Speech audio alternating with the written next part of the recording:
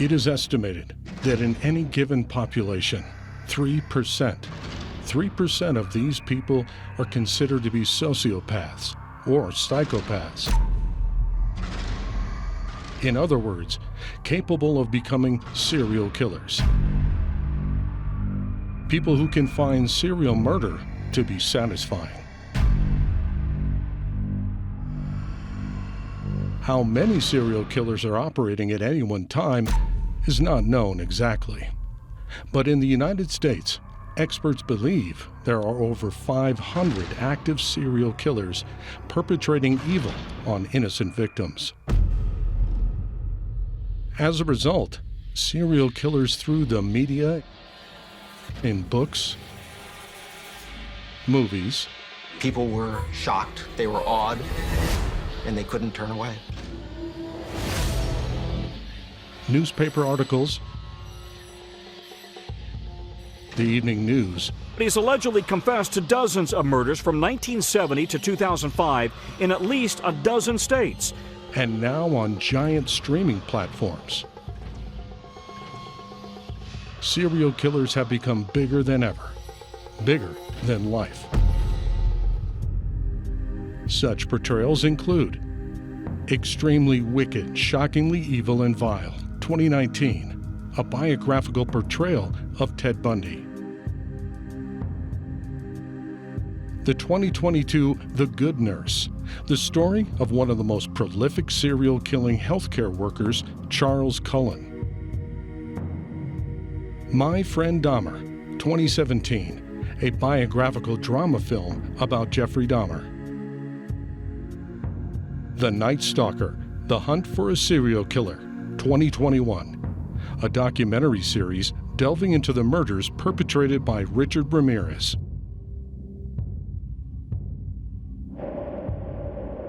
BTK, A Killer Among Us, 2019, a documentary that focuses on Dennis Rader.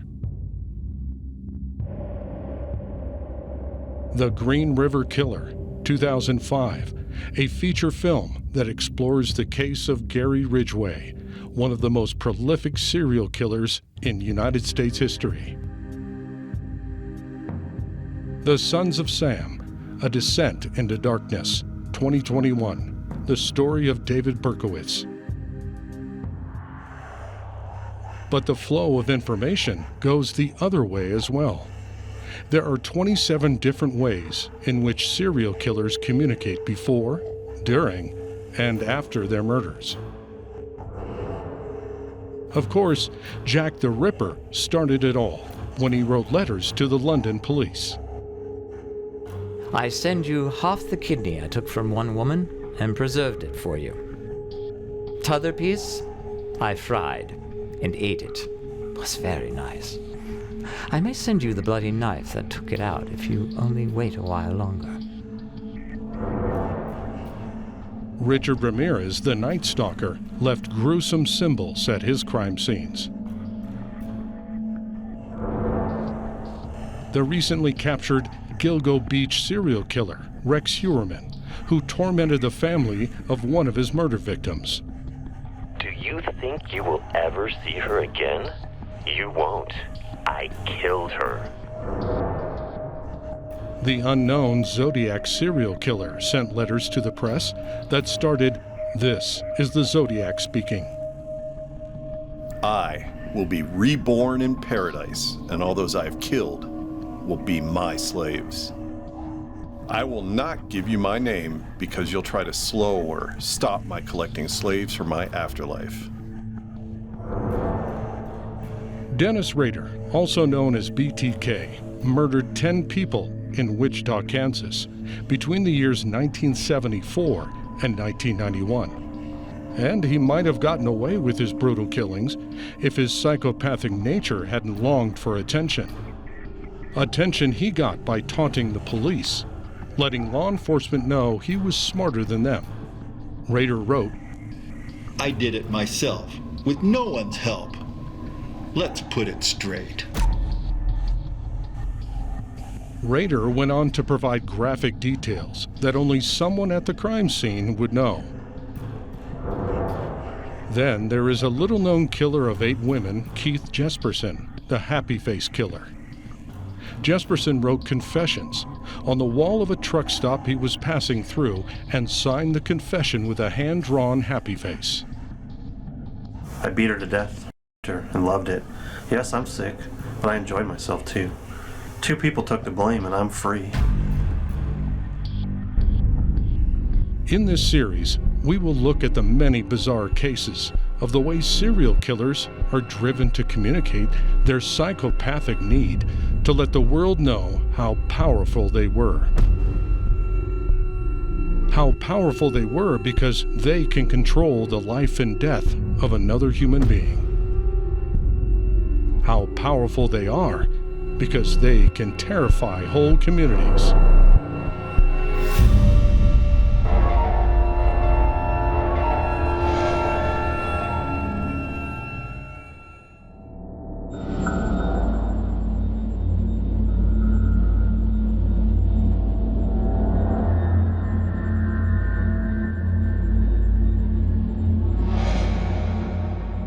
Through the press and the brutal slaying of Hollywood celebrities, the American penchant for murder found a whole new facet in the late 1960s, thanks largely to an ex-convict and sometime musician from California, Charles Manson.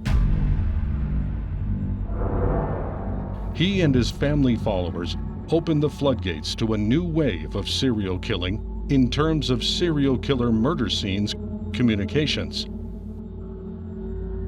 None is better known than these 2 words written in blood: helter skelter. Words without which Charles Manson may have ended up being a nobody.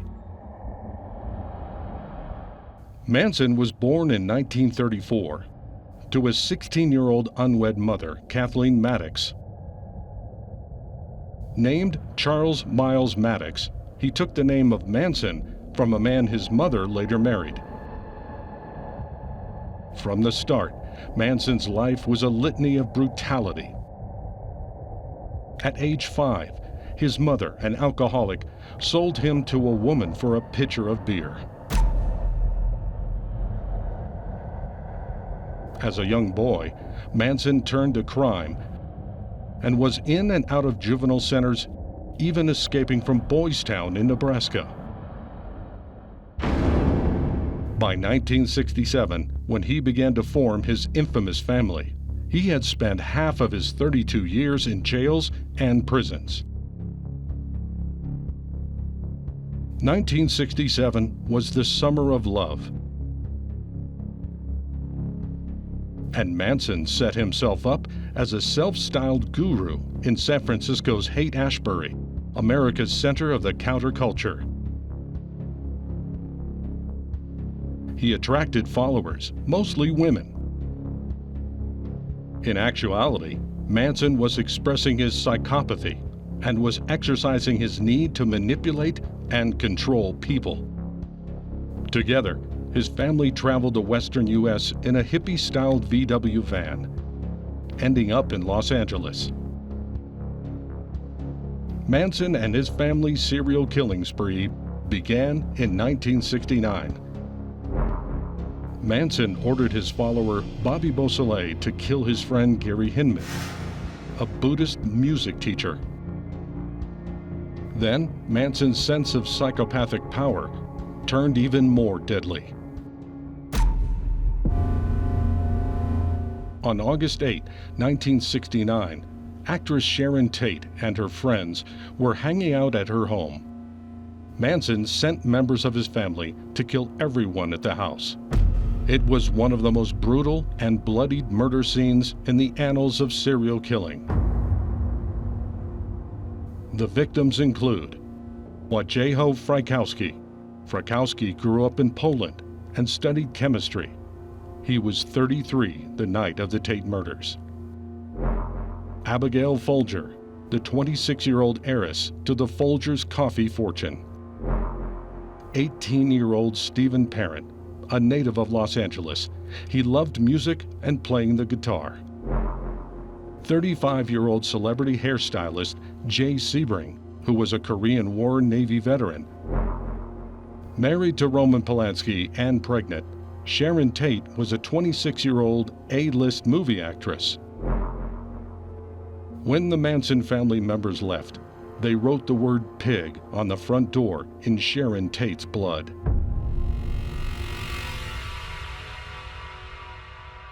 Two days later came the LaBianca murders. This time, led by Manson, they entered the home of Lino LaBianca and his wife Rosemary. While Manson watched, the family members used knives to hack their helpless victims to death. The word war was carved into Lino LaBianca's stomach, while the couple's blood was used to write the words rise, death to pigs, and helter skelter on the walls of their home. The last murderer Manson ordered was that of Donald Shorty Shea, a ranch employee who clashed with Manson several times. Shea was beaten and stabbed to death on August 28, 1969. He was 36. When the Manson family was finally brought to justice, their horrific acts defied understanding. Yet at the same time, they fascinated the public. And the cause of the killings was hotly debated. Some felt it was a political statement. Most did not agree. There are also times when I think there's a political element to this. When someone is angry at a particular group, it could be people who are gay, people who are of color, people who are Jewish. And so there's this preoccupation with kind of snuffing out not just these individuals, but this group of people that these individuals happen to represent. And they are so obsessed by this particular group that there's no sense of guilt or remorse. They feel as if they're accomplishing an important mission. I'm not sure the degree to which I buy into how much Charles Manson really believed in helter-skelter and the creation of a race war. For example, if you're going to create a race war by killing white people, don't you write things on the walls like, you know, die white or something like that? And they did not do that. These were people who death became part of their day-to-day vibe. Charles Manson liked creating an atmosphere of fear and of that kind of consciousness that fear brings, and certainly the killing of people and killing of the people that they disagreed with, you know, the pigs, so to speak, became common talk around their family and around their group until it became actualized. Manson continued his psychopathic manipulations of the press and anyone who would follow him right up until his death.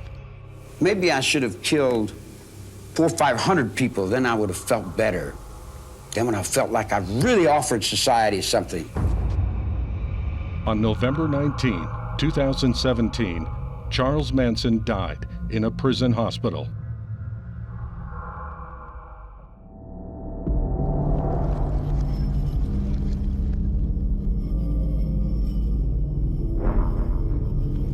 He's known as the lipstick killer because of his infamous crime scene writing with the lipstick of one of his victims. The lipstick killer.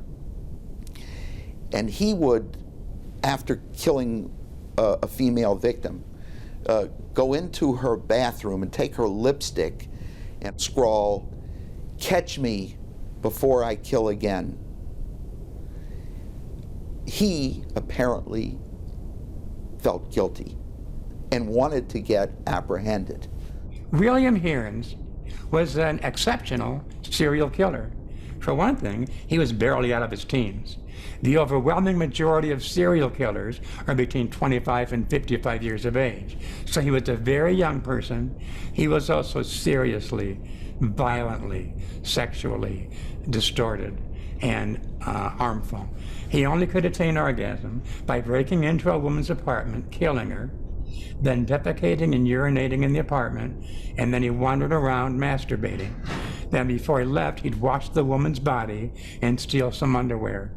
When his room at the University of Chicago was searched, they found a large supply of women's clothing and a large collection of Nazi memorabilia. William Heirens was born on November 15, 1928, in Evanston, Illinois. His life was normal until becoming a teenager, when he began to steal to relieve tension caused by the conflicts between his parents. At 13, he was arrested for the first time after police caught him with a loaded gun. The authorities searched the Heirens house, finding a considerable cache of stolen weapons.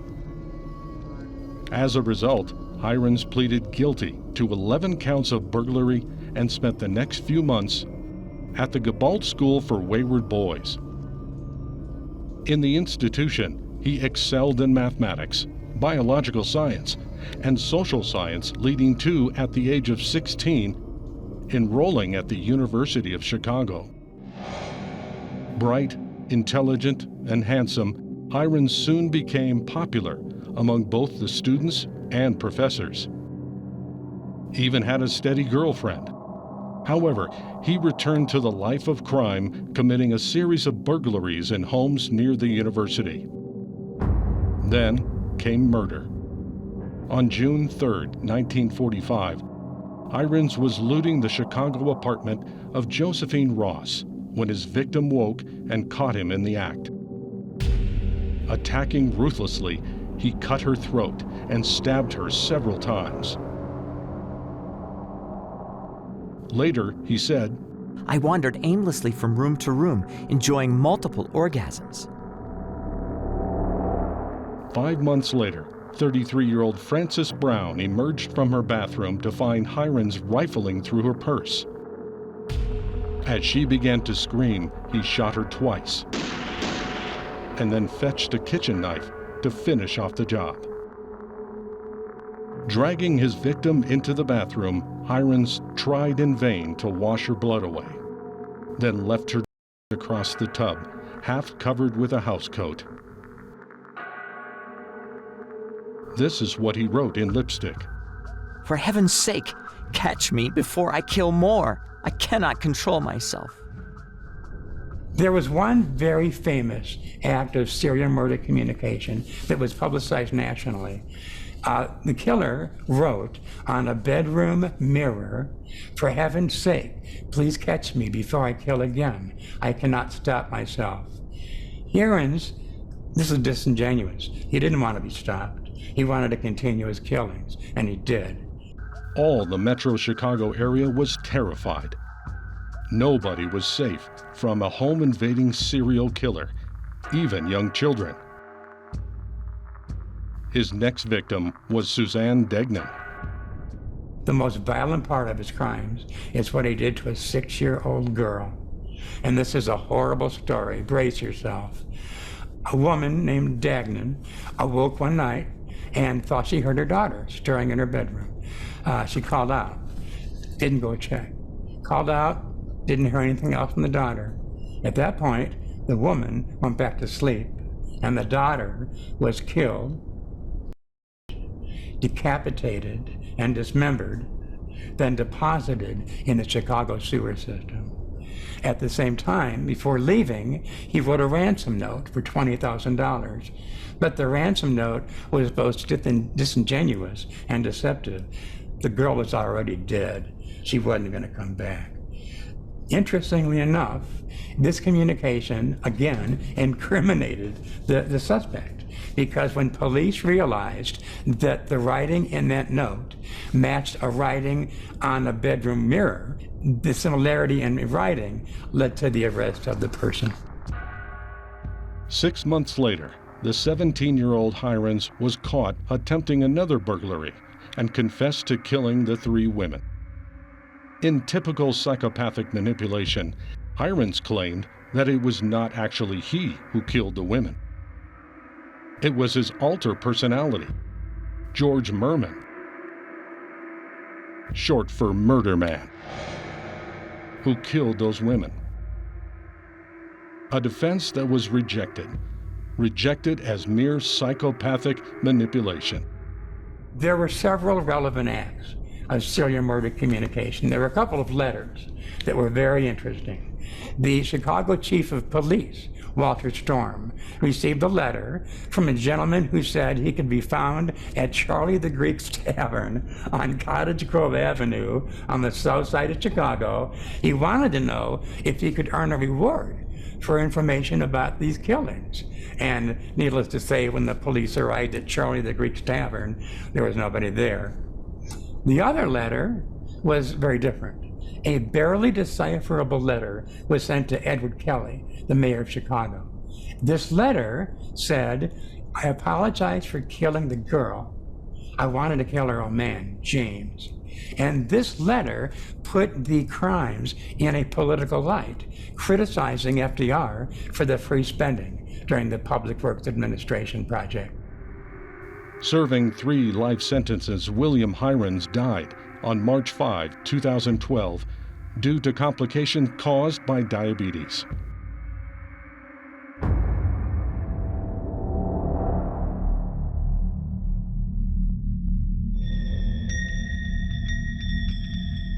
The most bizarre, disturbing case of a psychopathic serial killing took place in 1968 in a dreary neighborhood of Newcastle in northeast England.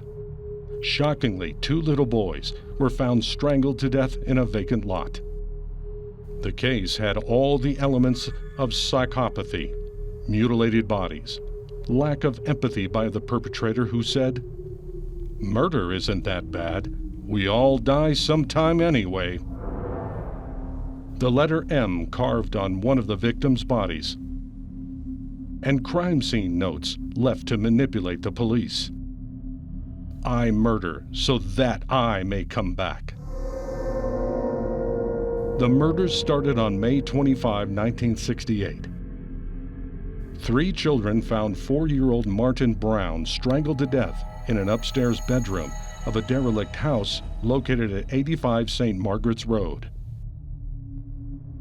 The next day, workers at a nearby daycare center discovered 4 separate notes that claimed responsibility for Martin Brown's murder. One of these notes stated, "I murder so that I may come back." Another read, "We did murder Martin Brown, of you bastard." A third note simply read, "Off, we murder. Watch out, Fanny and..." The final note was the most complex, reading, "You are mice. Why? Because we murdered Martin. Go Brown. You bet. Look out. There are murders about by Fanny and all you screws." The police dismissed this incident as a tasteless and childish prank. But then, 2 months later, 3-year-old Brian Howe went out to play and never came home. He was found in a field strangled, with the letter M cut into his torso. Who was this murderous monster? Shockingly, an 11-year-old girl named Mary Bell. Mary Bell was born on May 26, 1957, to Betty McCricket, a 16-year-old sex worker. Bell grew up in the Scotswood area of Newcastle, an economically depressed area where domestic violence and criminal behavior was commonplace. Her early crimes included attacks on other children at school, vandalism, and theft. Bell also had developed a reputation as a show-off, so her proclamation, "I am a murderer," was dismissed as just another one of her idle boasts. But it was true. She had a friend, 13-year-old Norma Joyce Bell, no relation, who helped her with the letters and the second murder. Both girls were arrested on the 5th of August, 1968, and when charged with murder, Mary replied, "That's all right by me." At trial, Norma Bell was acquitted on the grounds of being simple-minded. But Mary Bell was convicted of manslaughter, described by court psychiatrists as intelligent, manipulative, and dangerous. In other words, a psychopath. Not only was Mary Bell the youngest convicted serial killer, but also the youngest female serial killer. In 1980, Bell, age 23, was released from prison having served 12 years. She was granted anonymity, including a new name, to start a new life with her daughter, who was born on 25 May 1984.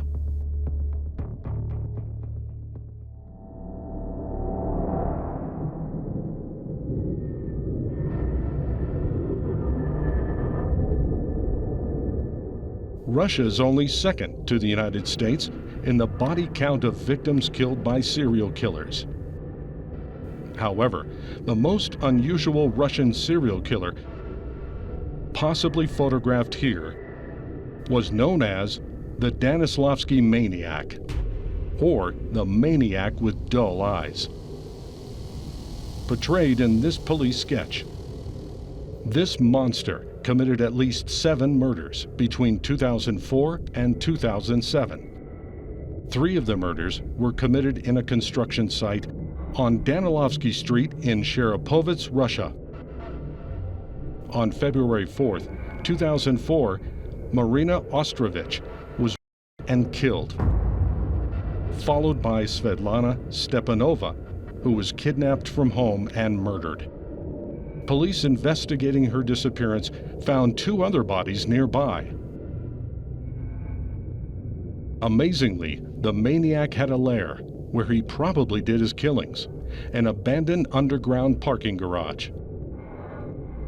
When police broke into his lair, they found one of the most unusual crime scene communications ever recorded. Bizarre pornographic drawings across the walls. The bottom half of the walls were made up of wide cinder blocks, and the maniac had drawn a different pornographic scene on each block. Several of the blocks featured vanilla sex scenes, while a large block running along the bottom of the wall featured a 6-person orgy. All of the characters have been drawn in black chalk and mostly consisting of outlines rather than full-body features. The Danilovsky Maniac was never caught.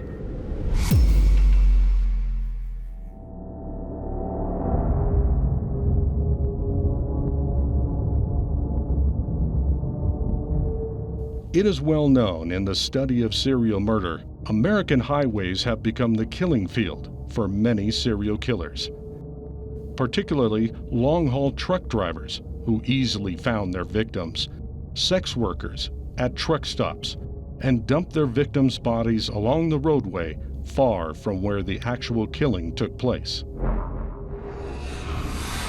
One of those men actually used truck stops to communicate about his murders.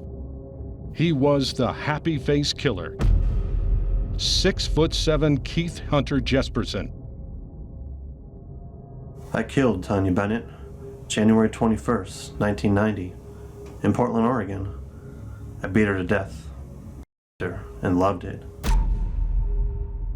Yes, I'm sick, but I enjoy myself too. 2 people took the blame, and I'm free. A few days later, in a truck stop men's room in Umatilla, Oregon, a second message was found. I killed Tanya Bennett in Portland. 2 people got the blame, so I can kill again. Both messages were signed with a happy face, a circle with 2 dots for eyes, and a broad crescent smile. Jesperson, who was born in British Columbia in 1955, moved to the U.S. when he was 12. He graduated from high school in 1973. Then, in 1975, when Jesperson was 20, he married Rose Huck. And the couple had 3 children, 2 daughters and 1 son. During this time, Jesperson worked as a truck driver to support the family. In 1990, shortly after his marriage ended, Keith Jesperson, now living in Sello, Washington, began serial killing. Most were strangers, and some were sex workers. After he strangled them, he dumped the dead bodies on the side of the road. Tanya Bennett was the first of Keith's 8 female victims. Then, in 1994, the Portland Oregonian newspaper received a letter signed with the smiling face. The author claimed a total of 6 victims, including 5 in Oregon and 1 in California. I feel bad. He wrote, but I will not turn myself in. I'm not stupid. His last victim was Julia Ann Winningham, 41, a woman who Jesperson dated before killing her on March 3, 1995. This murder led to Jesperson's capture and incarceration for life.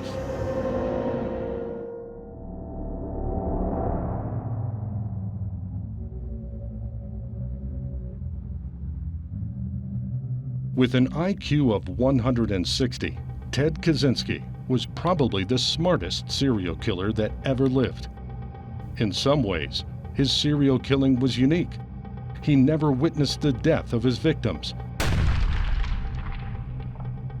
But when it came to communication, his psychopathic need to lord over life and death and tell the world how smart he was totally typical. Ted Kaczynski is clearly a serial killer.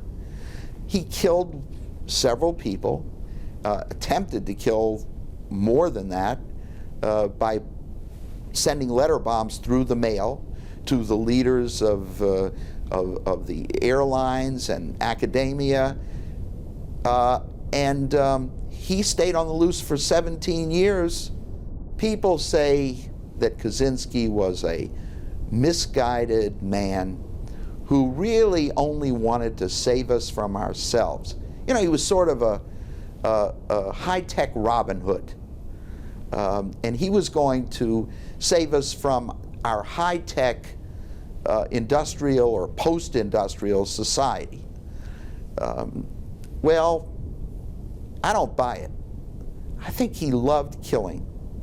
And he had an IQ that permitted him to write a 33,000-word manifesto that was published in the Washington Post under the threat of more killing by Kaczynski.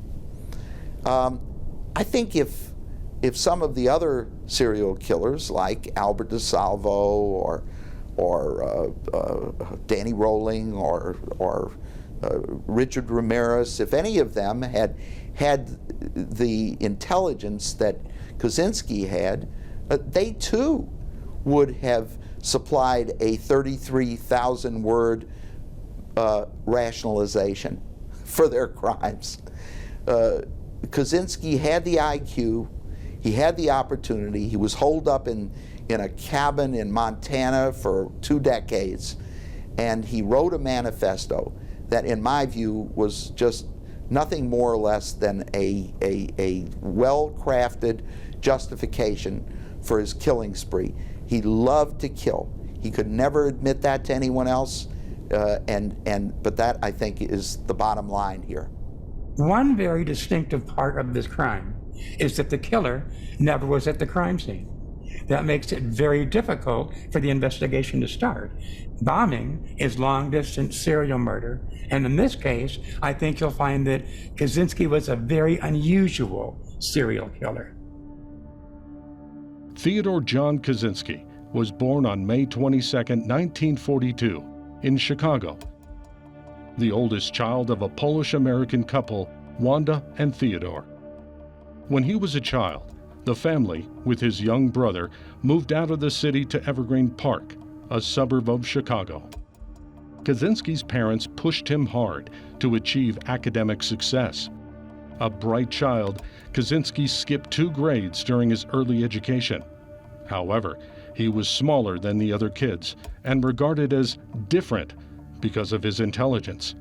Still, Kaczynski was active in school groups, including the German and chess clubs.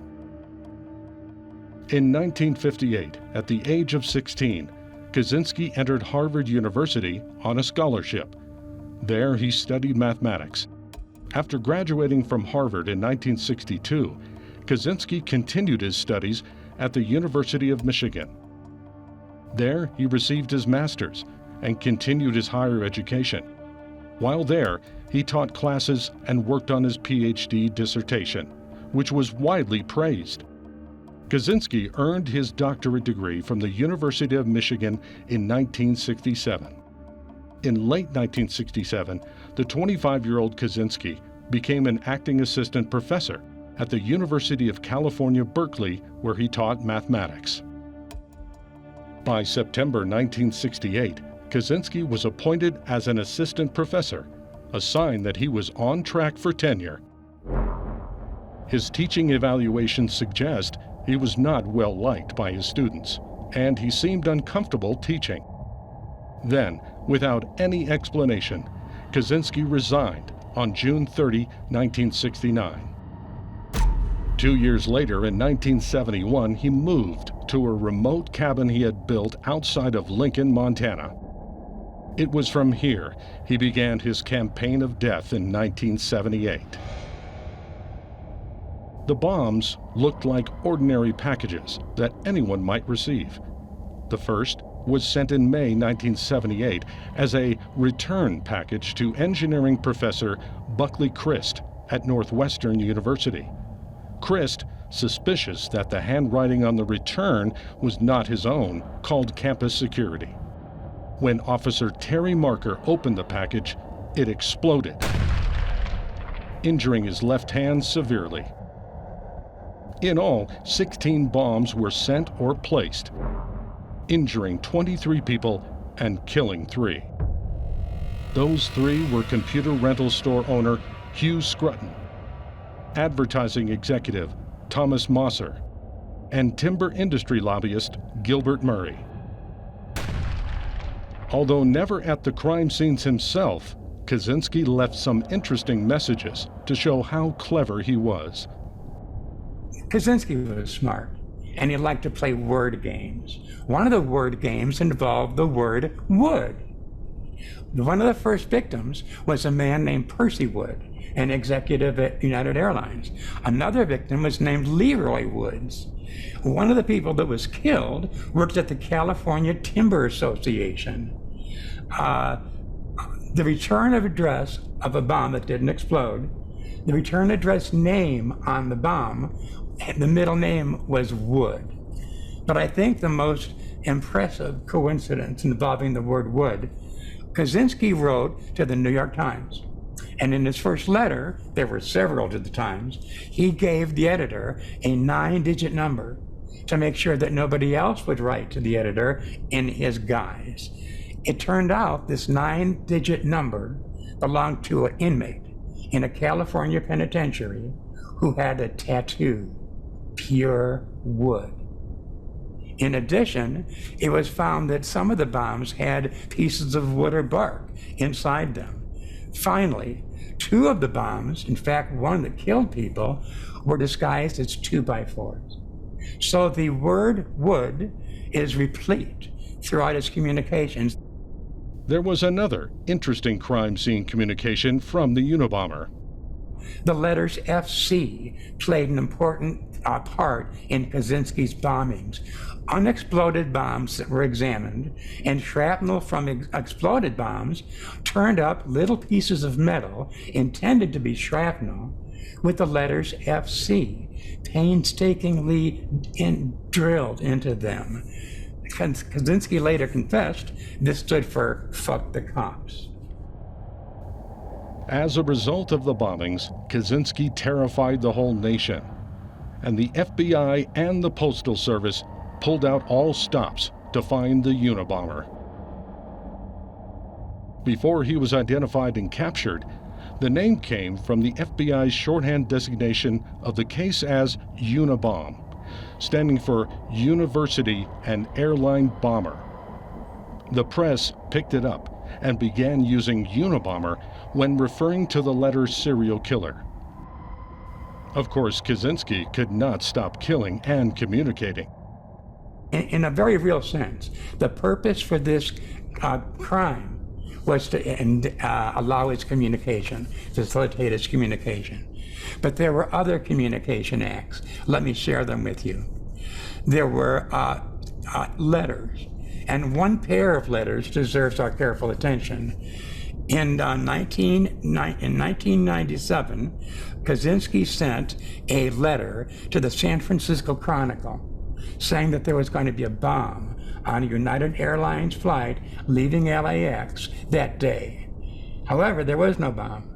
The next day, Kaczynski wrote to the New York Times saying he'd been joking. He just wanted to have a little fun with law enforcement.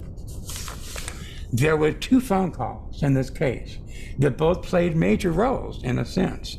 The first phone call was made to the brother of a prior victim of a Unabomb. And he told the brother of this prior victim, "You're next." The other phone call demonstrated the publicity-oriented nature of these crimes. The day after the bombing of the Oklahoma City Federal Building, a man called the California Bureau of Assurance and said, "Hi, I'm the Unabomber. I just called to say hi." Now, this phone call did not facilitate his substantive agenda in any way, but it got his name and information back in the press, and that's the sole thing that he cared about. Interestingly, the Unabomber returned twice to his old stomping ground, the University of California, Berkeley, and placed 2 bombs with his trademark FC, accompanied by a note. Whoa, it works. I told you it would. RV. And the wall writing of this symbol, a symbol closely resembling the sign of the Zodiac serial killer, indicating Kaczynski's desire to be included in the pantheon of never-caught serial killers. However, in a remarkable piece of irony regarding Kaczynski's desire to communicate, the Unabomber was finally caught.